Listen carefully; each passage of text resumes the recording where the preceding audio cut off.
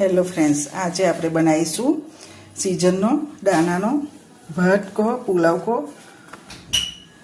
તે માટે મેં ખૂબ જ સરસ એવા દાણા લઈ લીધા છે. ટામેટાં છે, ડુંગળી છે, બટાકા, લીમડી છે, લીલું લસણ ખૂબ જ સારું એવું આવ્યું છે માર્કેટમાં, ધાણા છે, આદુ મરચાંની પેસ્ટ છે, સૂકું લસણ પણ લીધું છે, લીલી ડુંગળી પણ લીધી છે. તો ચાલો બનાવીએ આપણે સિઝનનો ફ્લેવરફુલ અને ખૂબ જ ટેસ્ટી એવો દાણાનો ભાત કે પુલાવ. કુકરમાં મેં ઘી અને તેલ મિક્સ કરીને મૂકી દીધું છે. તો આપણે વઘાર કરી લઈશું. તે માટે મેં 1 ચમચી જેટલું જીરું લીધું છે. કલર આપવા માટે હળદર લઈશું,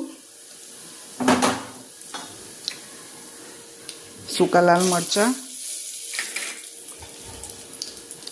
પત્તા નાખી દઈશું, મરી, તજ અને લવિંગ લીધા છે 3 નંગ,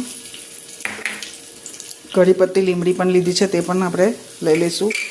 સૂકું લસણ ક્રશ કરેલું છે, આદુ અને મરચાં છે. આ પુલાવ ખાવામાં ખૂબ જ એવો ટેસ્ટી બનવાનો છે મિત્રો.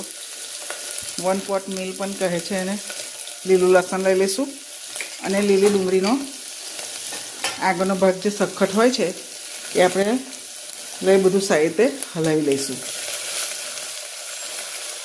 મસાલા આપણા સતરાઈ ગયા છે.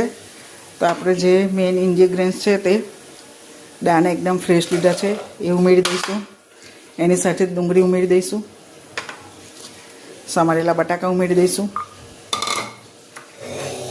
ટામેટાં ઉમેરી દઈશું. બધું સારી રીતે મિક્સ કરી લઈશું અને મસાલા પણ કરી દઈએ. તે માટે ધાણા જીરા પાવડર છે તે ઉમેરી દઈશું. લાલ મરચું પાવડર આપણે ખૂબ જ ઓછું લઈશું. મીઠું 1.5 ચમચી જેટલું લઈશું.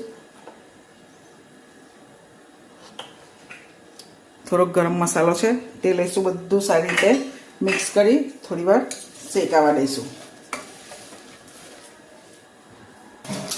મસાલા અને શાક આપણું સારી રીતે સાંતરાઈ ગયું છે. તો એમાં પાણી ઉમેરી દઈશું. તો મેં 2 કપ જેટલું પાણી લઉં છું, કારણ કે આપણે ભાતને છૂટા બનાવવાના છે. પછી જોઈ લઈશું, જો જરૂર પડે તો આપણે લઈશું. જો 2 કપ જેટલું લીધા છે અને ચોખા પણ અત્યારે ઉમેરી દઈશું એમાં. ને ધોઈ અને મૂકી દીધેલા હતા ચોખાને પણ.